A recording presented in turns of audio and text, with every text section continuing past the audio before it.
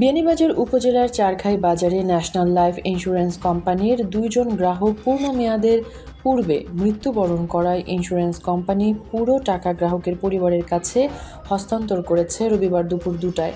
আনুষ্ঠানিকভাবে চারখাই পশ্চিম বাজারে সোনালী মার্কেটের 2য় তলায় ন্যাশনাল লাইফ ইন্স্যুরেন্স কোম্পানি নিজস্ব শাখায় গ্রাহকের পরিবারের সদস্যদের নিকট চেক হস্তান্তর করা হয়। গোলাপগঞ্জে ঘরে ঘরে গ্যাস সংযোগের দাবিতে মানববন্ধন অনুষ্ঠিত হয়েছে। রোববার সকাল 11টায় পৌর শহরে সাধারণ শিক্ষার্থী ও ছাত্র সমাজের উদ্যোগে আয়োজিত মানববন্ধনে সভাপতিত্ব করেন শিক্ষার্থী শায়েক আহমদ চৌধুরী। বক্তারা আগামী 1 মাসের মধ্যে উপজেলার প্রতিটি ঘরে ঘরে গ্যাস না দিলে রাজপথ ব্লক করারও আলটিমেটাম দেন। সিলেট সীমান্ত দিয়ে ভারতে অবৈধভাবে অনুপ্রবেশের চেষ্টাকালে 4 বাংলাদেশি নারীকে আটক করা হয়েছে। মঙ্গলবার দুপুর 1:45টার দিকে সিলেটের গোয়াইনঘাট উপজেলার সীমান্তবর্তী মায়াবী ঝর্ণা এলাকা থেকে তাদের আটক করে বিজিবি সিলেট সেক্টরের অধীনস্থ সিলেট ব্যাটালিয়ন 48 বিজিবি।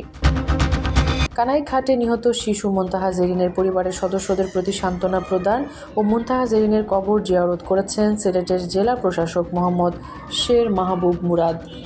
মঙ্গলবার বিকেল 4টায় জেলা প্রশাসক মুনতাহা জেরিনের বাড়ি বীরদল ভাড়ারি ফৌদ গ্রামে যান এবং হত্যাকাণ্ডের ঘটনাস্থল পরিদর্শন করেন। সিলেট 2 আসনের সাবেক সংসদ সদস্য ও জাতীয় পার্টির কেন্দ্রীয় নেতা ইয়াহিয়া চৌধুরী এহিয়াকে গ্রেফতার করেছে র্যাব।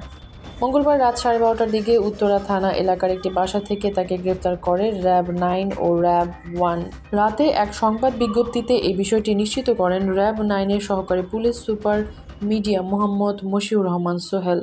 বৈষম্য বিরোধী আন্দোলন চলাকালে ছাত্র জনতার উপরে হামলার অভিযোগে গত 2রা অক্টোবর কোতোয়ালি থানায় মামলা হয় সাবেক এই এমপির বিরুদ্ধে।